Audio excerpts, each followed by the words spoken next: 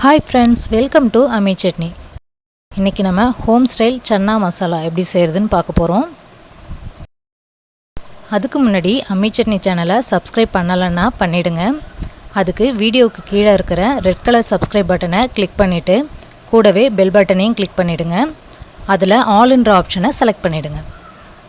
இப்போ நம்ம தோசைக்கு மேட்சிங்காக சூப்பராக ஒரு சன்னா மசாலா எப்படி வைக்கிறதுன்னு பார்ப்போம். அதுக்கு அரை கப் அளவுக்கு சன்னா எடுத்திருக்கேன்.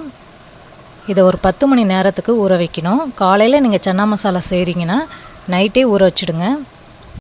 ஊற வச்சுருக்கிற சன்னாவை குக்கரில் போட்டு தேவையான அளவுக்கு தண்ணி சேர்த்து கொஞ்சமாக உப்பும் போட்டு இந்த சன்னா நல்லா சாஃப்டாக வேகிறதுக்காக 5 விசில் வச்சுக்கலாம். இப்போது ஒரு வாணலில் 2 ஸ்பூன் அளவுக்கு எண்ணெய் சேர்த்துக்கலாம். எண்ணெய் சூடானதும் பட்டை, கிராம்பு, அன்னாசிப்பூ இது எல்லாத்தையும் சேர்த்து கூடவே நம்ம அரைச்சி வச்சுருக்கிற இஞ்சி பூண்டு விழுது 1 ஸ்பூன் அளவுக்கு எடுத்துக்கலாம். இஞ்சி பூண்டு விழுதோட பச்சை ஸ்மெல் போகிற வரைக்கும் நல்லா வதக்கிக்கலாம். இதில் சேர்க்கறதுக்காக ஒரு வெங்காயம், 2 தக்காளி, 1 பச்சை மிளகாய் இதை கட் பண்ணி வச்சுருக்கிறேன். இப்போது வெங்காயம், பச்சை மிளகாய், கறிவேப்பிலை இதெல்லாம் சேர்த்து நல்லா வதக்கிக்கலாம். இது மாதிரியே கருப்பு கொண்ட கடலை வச்சும் சூப்பராக குருமா செய்யலாம். அந்த ரெசிபியோட லிங்க்கை வீடியோவோட எண்டில் சேர்த்துருக்கேன். அதையும் நீங்கள் பார்த்து ட்ரை பண்ணுங்கள். இப்போது வெங்காயம் நல்லா வதங்கிடுச்சு. இதில் கட் பண்ணி வச்சுருக்கிற தக்காளியும் சேர்த்து வதக்கிடலாம். தேவையான அளவுக்கு உப்பு சேர்த்துடலாம். உப்பு சேர்த்து ஒரு மூடி போட்டு இதை ஒரு 2 நிமிஷத்துக்கு நம்ம வேக விட்டுடலாம். இப்போது தக்காளி நல்லா குழஞ்சி வந்துடுச்சு. இப்போ இதில் மஞ்சள் தூள் 1/2 ஸ்பூன், மிளகாய்த்தூள் 1 ஸ்பூன், தனியாத்தூள் 1 ஸ்பூன் இதை நல்லா மிக்ஸ் பண்ணிவிட்டு இதில் தேவையான அளவுக்கு இப்போ நம்ம தண்ணி சேர்த்துடலாம். இதை ஒரு 2 நிமிஷம் பச்சை ஸ்மெல் போகிற அளவுக்கு கொதிக்கிட்டோம். இப்போ நம்ம வேக வச்சுருக்கிற சன்னாவை பார்க்கலாம். சன்னா நல்லா சாஃப்டாக வெந்துடுச்சு. இப்போ இதை நம்ம லைட்டாக மேஷ் பண்ணிக்கலாம். நம்ம இப்படி மேஷ் பண்ணுறதுனால மசாலா நல்லா மிக்ஸ் ஆகி தோசைக்கு நல்லாயிருக்கும்.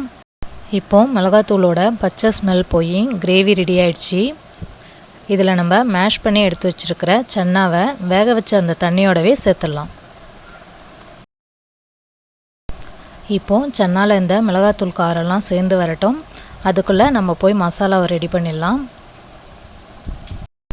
மசாலாவுக்கு 2 ஸ்பூன் மட்டும் துருவின தேங்காய், 1/2 ஸ்பூன் சோம்பு, 2 முந்திரி பருப்பு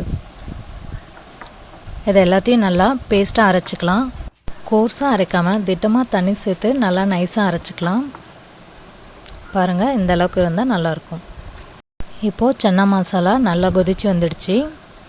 தண்ணி அளவும் கரெக்டாக இருக்குது. இப்போ இதில் நம்ம அரைச்சி வச்சுருக்கிற தேங்காய் விழுதை சேர்த்துடலாம். தேங்காய் விழுதை சேர்த்து ரொம்ப நேரம் கொதிவிட தேவையில்லை. ஒரு தடவை நல்லா மிக்ஸ் பண்ணி விட்டு இறக்கிறதுக்கு முன்னாடி ஃப்ரெஷ்ஷாக கறி லீவ்ஸ் போட்டு இறக்கிடலாம். இப்போ நம்ம தோசைக்கு ஹோம் ஸ்டைல் சன்னா மசாலா எப்படி ஈஸியாக செய்கிறதுன்னு பார்த்தோம்.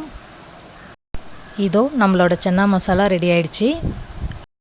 சூடாக ஒரு தோசை போட்டு இப்போ நம்ம செஞ்சு வச்சுருக்கிற சன்னா மசாலாவை தோசைக்கு நடுவில் வச்சு ஸ்ப்ரெட் பண்ணி சூப்பரான சன்னா மசால் தோசை ரெடி பண்ணிடலாம். சூப்பரான சன்னா மசால் தோசை ரெடி. இந்த வீடியோ உங்களுக்கு பிடிச்சிருந்ததுன்னா மறக்காமல் வீடியோவுக்கு கீழே இருக்கிற லைக் பட்டனை கிளிக் பண்ணுங்கள். உங்கள் ஃப்ரெண்ட்ஸோடு ஷேர் பண்ணுங்கள். மறக்காமல் அம்மி சட்னி சேனலை சப்ஸ்கிரைப் பண்ணுங்கள். தொடர்ந்து அம்மி சட்னி சேனலை பாருங்கள். Have a good day.